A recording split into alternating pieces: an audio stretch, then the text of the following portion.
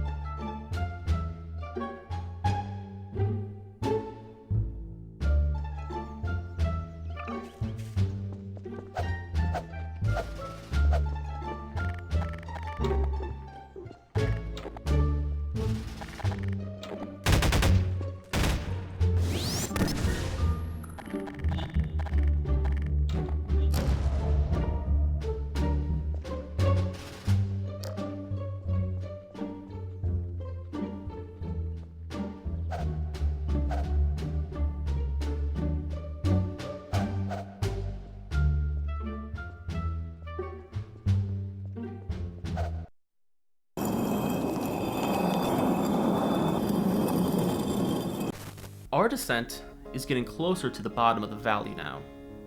If you've spent a long enough time on the internet, then you might remember the Dolphin Man, who's been circulating on the net since 2008. He has lore that rivals any creepypasta in its frightfulness. Was he a government experiment? Or perhaps a sick and twisted freak did this to himself for his own pleasure? But anywho, it's cool that this frightening fellow has so much fun lore to him. But where did he actually come from? Well, in 2007, a Canadian special effects company called North Fur Effects, well known for hyper-realistic anthroprosthetics, uploaded a demo of this custom-made dolphin to Flickr. Side note, if you visit the aquatic prosthetics section of their website, you can actually see the Dolphin Man and buy him for like $200. But he's just there, and he's chillin', just smiling at you.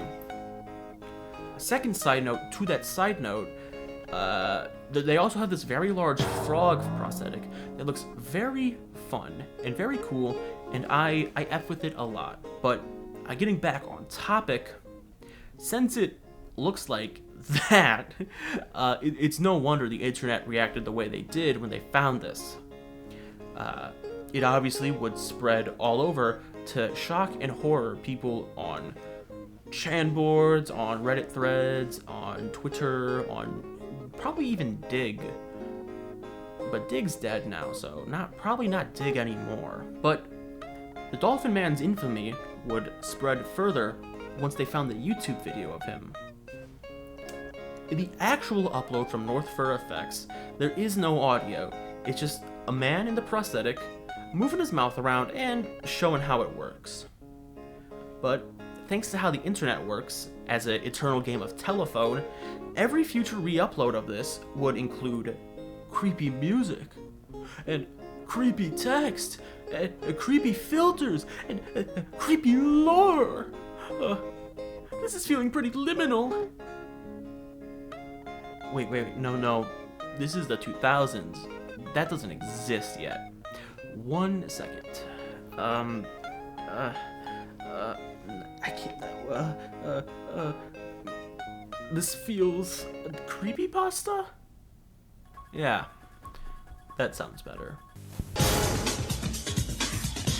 Another entry in the classic Strange Fellows is this guy.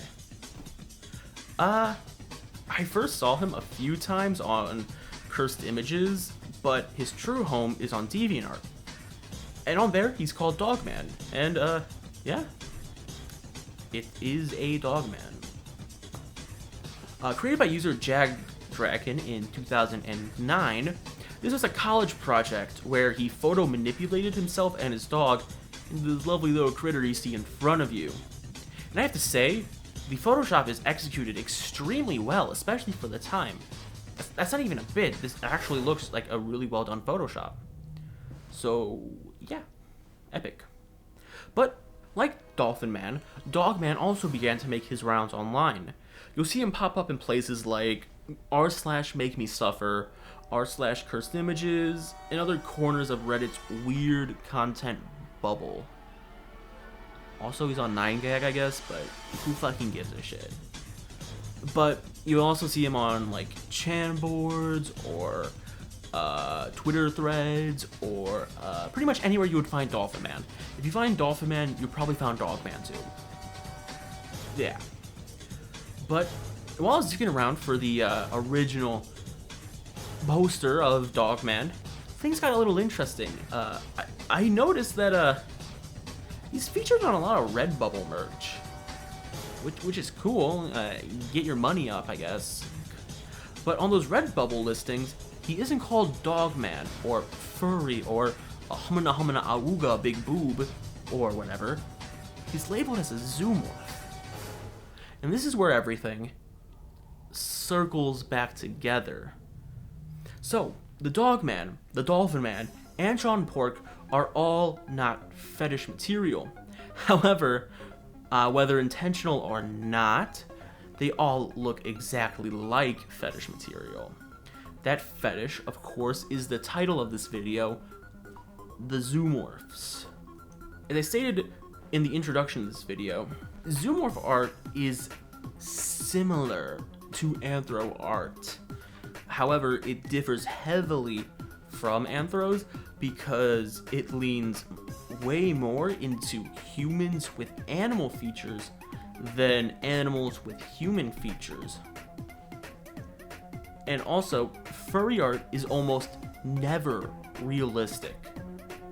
It's always stylized in some manner.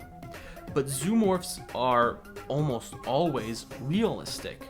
They usually use stock photos of women, or more dubiously, they just decide to take random women's selfies off the internet and modify them to their heart's content. But wait! How can we be sure that this is a fetish? After all, they could just be doing this. This could just be a joke. This could be a bit. Well, for starters, dumbass, they're writing these massive fanfic level stories in the text boxes of their DeviantArt posts after they, Photoshop women into having all of these animal features on them. Also, a lot of the comments on these posts are a good indicator for if this is fetish or if this is a bit. And a lot of the comments have like a, "God, I wish this was me" vibe to them, where it'll be like, on a post like, "I'm a mad scientist and I turned this woman into a hot frog babe." Someone will post, "Continue the experiments." Plus, a lot of the text stories have this, oh no, don't turn me into an animal. Oh no, that'd be so horrible. Please don't do that, please. Oh no. Oh, well, I'm an animal now. I can't do anything about it. Oh no. Which is very similar to more common fetish material, which is like, oh no, please don't step on me with your big stinky feet. Oh no, I would hate that. Oh no,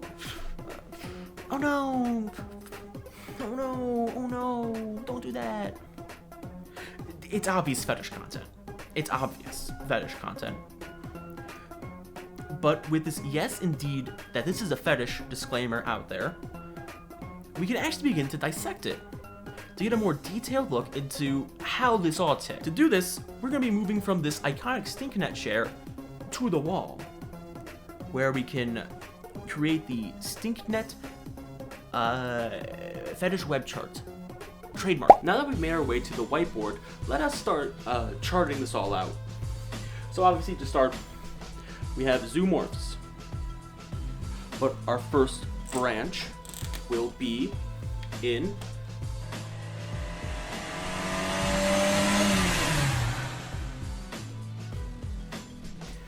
the transformation community. This should be blatantly obvious. Almost all Zoomorph art features transformation from human into an animal-human hybrid. Transformation fetish is very, very, very prevalent, and it's honestly one of the two keystone features of Zoomorph art. The second keystone feature is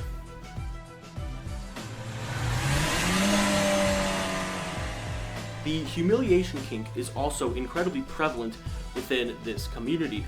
Many of the captions emphasize the horror or despair the women are facing in their new animal-human hybrid bodies. So I'm definitely adding this to the chart because it, like transformations, it seems to be a major keystone of this community. Next up, we can tie this to a humiliation. The dom-sub relationship.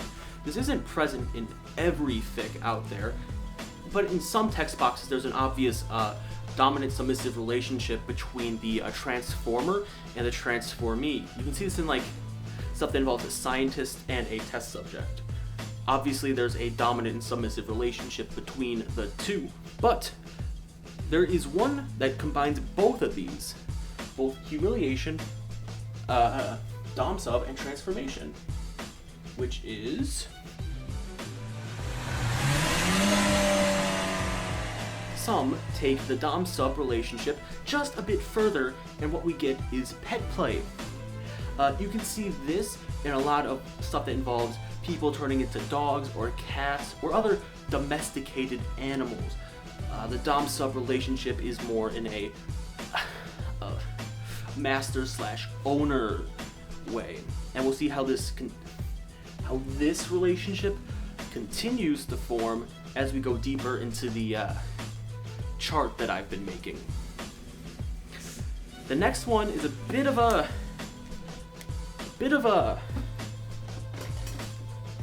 The next one is a bit of a red flag, so we'll put this one in red. This isn't a trope I see commonplace. However, I see it just enough to where I feel it warrants its own dedicated spot. And that would be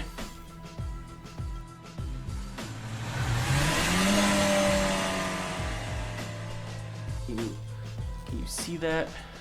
Oh, fuck, you can't really. Well,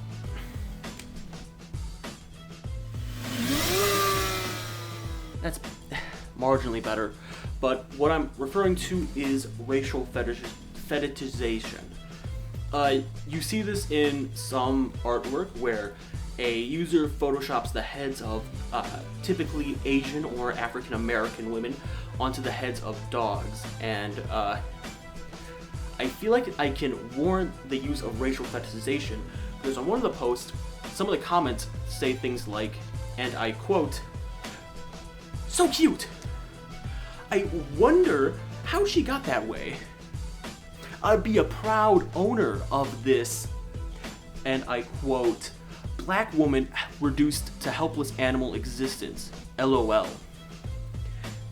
It's not in every work, it's just in some, and I see enough of that some to where it gets like a squiggly line where it's vaguely present. That's why it's also next to humiliation. Continuing forward, we have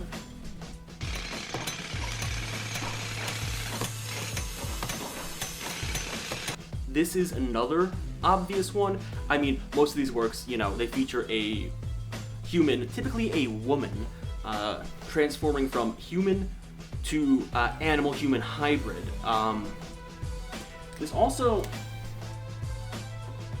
ties into transformation in a way, because in all honesty, a lot of the stuff we see with the Zoomorph community can be seen as a more realistic take on the transformation fetish as a whole.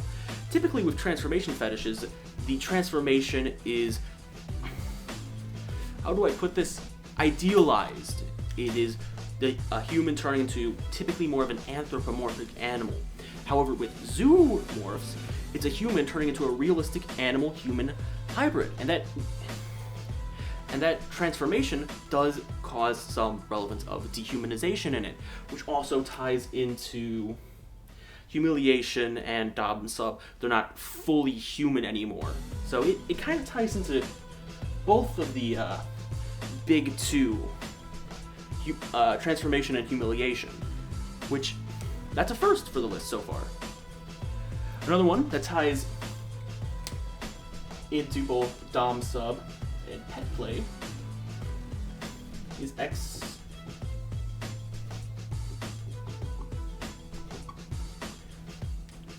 ignore my grammar. Well, not my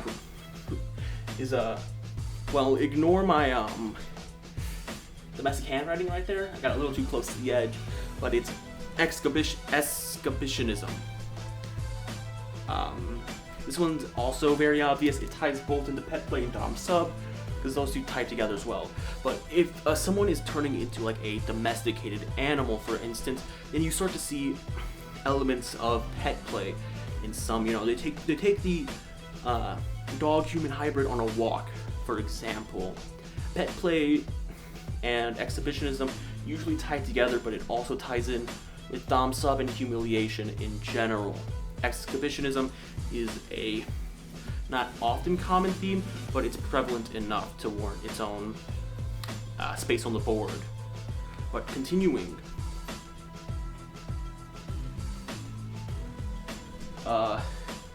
this one also gets a red outline, but I guess I'm not going to use that because you can't really see the red line, so it's this, I guess.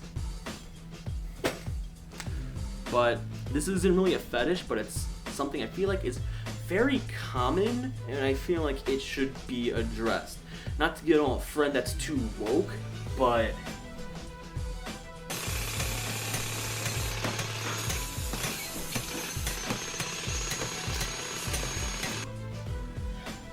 medical fetishization. Now, I don't mean sexy nurse with big boob. I mean like syringes, pipettes, medical equipment, I guess mad scientists, things like that. The medical procedure can be viewed as a kink and a fetish that makes a part of the transformation fetish. Because, like, if it has a more like science fiction, medical setting, you know, a beautiful woman takes pill and now turns into frog, you can see elements of a medical fetishization co-dependent with the transformation fetish. So it gets a bubble right there. Another one is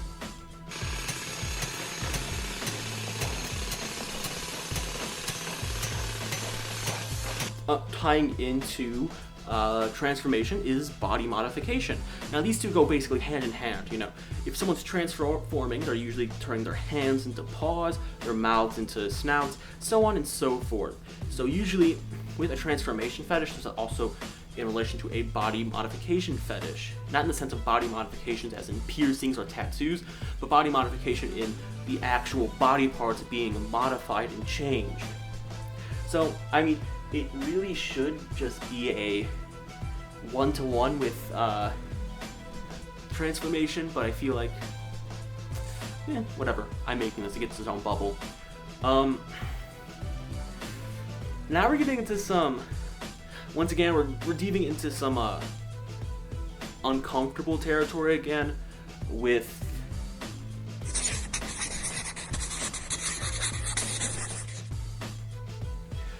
loss of autonomy. Now this ties a lot in with humiliation, dehumanization, and, you know, the rest in the humiliation quadrant of this chart. Loss of autonomy can be either the transformee going feral, becoming more animal than human. Mostly it's them losing their human bodily autonomy by becoming more animalistic than human. Oftentimes. It's not common, I want to say, but it's present, so it gets a point on the chart. Loss of autonomy also ties into dubious consent. I mean, from the start, a lot of the photoshops are of women's selfies, and while some are given with consent, most aren't. But even in the fics themselves, a lot of them feature a woman becoming an animal, and it's not really explicitly stated that they consent to it. Not all, but a good amount. The consent is dubious at best, which is why it gets dubious consent. Not all, you know, some of them, the women transforming are extremely open to it and enthusiastic about it, but in some, you know, it's either like a freak accident or a science experiment gone wrong or gone right without the transformee knowing.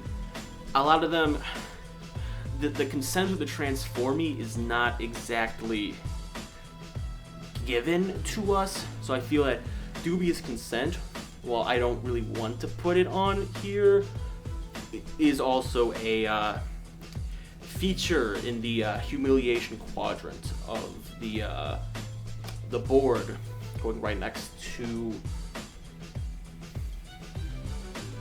loss of autonomy. You know, once you get into loss of autonomy, where it's like the person isn't fully, it really become more animalistic than human, their ability to consent becomes a lot more extremely gray area. For example, not in this, but like Omega-verse Heat.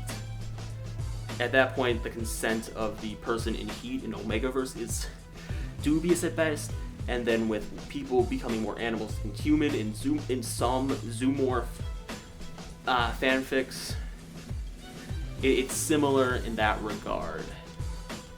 But besides that, here is our web chart, you can see two distinct quadrants forming with some overlap between the two.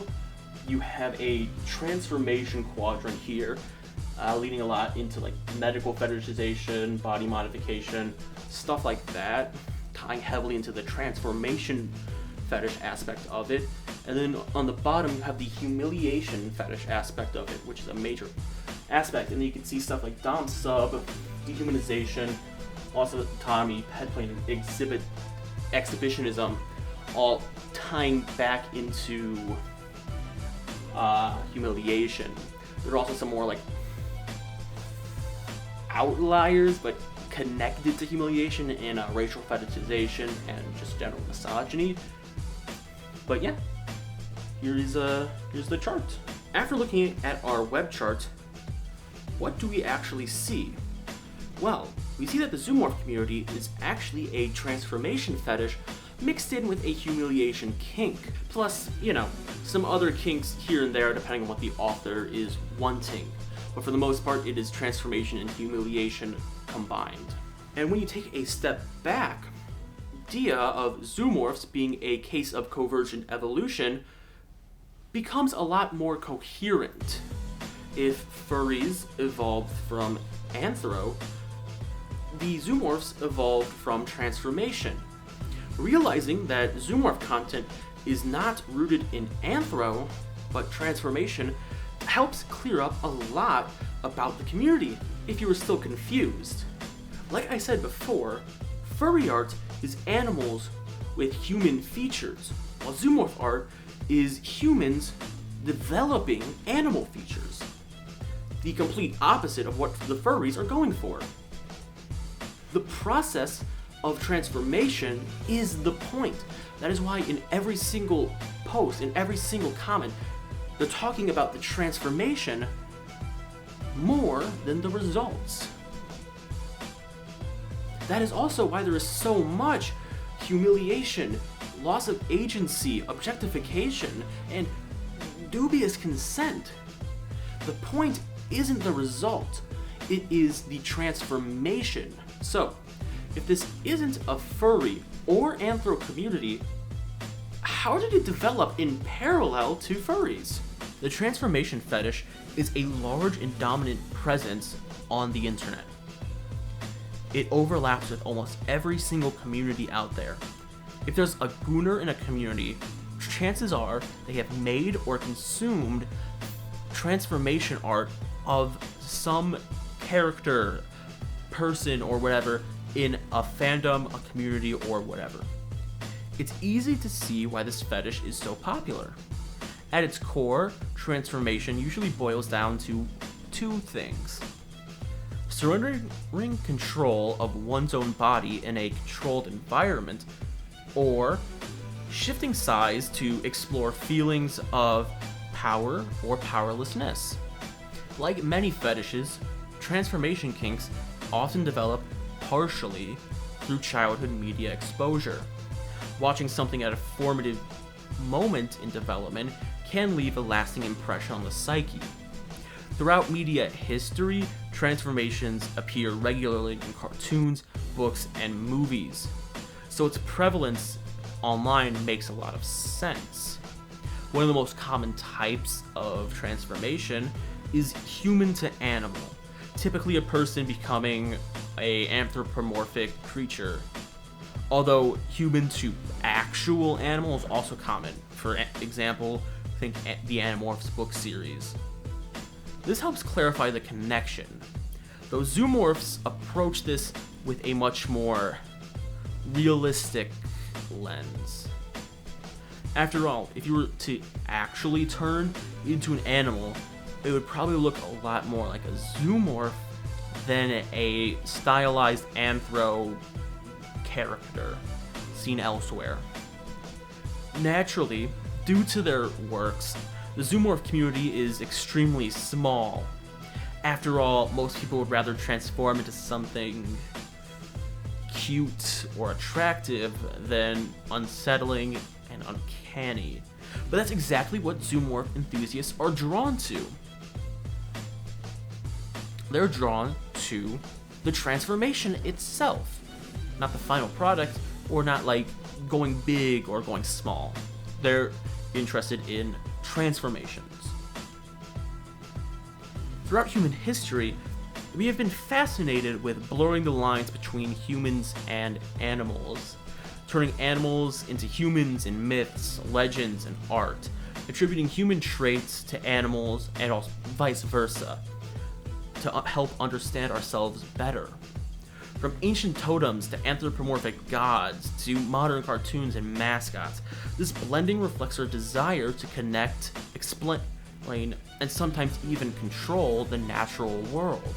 But with the rise of the internet, boner alert happened, and from that moment on, the ancient impulse to mediate our humanity through animal forms, in some circles, took on a erotic twist.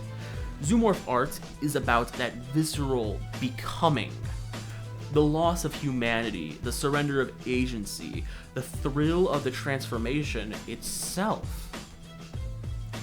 Where furries celebrate their identity through stylized characters, Zoomorphs fixate on the physical process of the transformation, the in-between, in a deeply realistic setting. That realistic setting is what causes the Zoomorphs to become a deeply isolated pocket. They sort of develop island syndrome. In this sense, Zoomorphs truly are a case of convergent evolution. An independent offshoot, born not from anthroculture, but from the deeper well of transformation fetishism. And while it may live in the shadowy corners of DeviantArt, it reminds us of something universal.